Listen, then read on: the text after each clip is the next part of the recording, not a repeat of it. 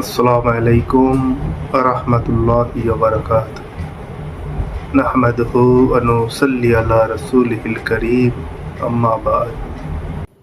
শুকরের নাম মুখে নিলে 40 দিনের জন্য মুখ নাপাক হয়ে যায়, এই ধারণা কুসংস্কার ছাড়া আর কিছুই নয়।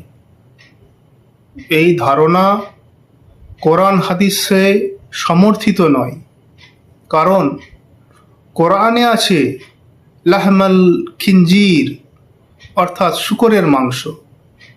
পবিত্র কোরআনের যে আয়াতে শব্দটি আছে সেটি কোরআন তেলাওয়াত করার সময় পড়লে যদি মুখ নাপাক হয়ে যেত, তার উল্লেখ কোরআন হাদিসে নিশ্চয়ই থাকত।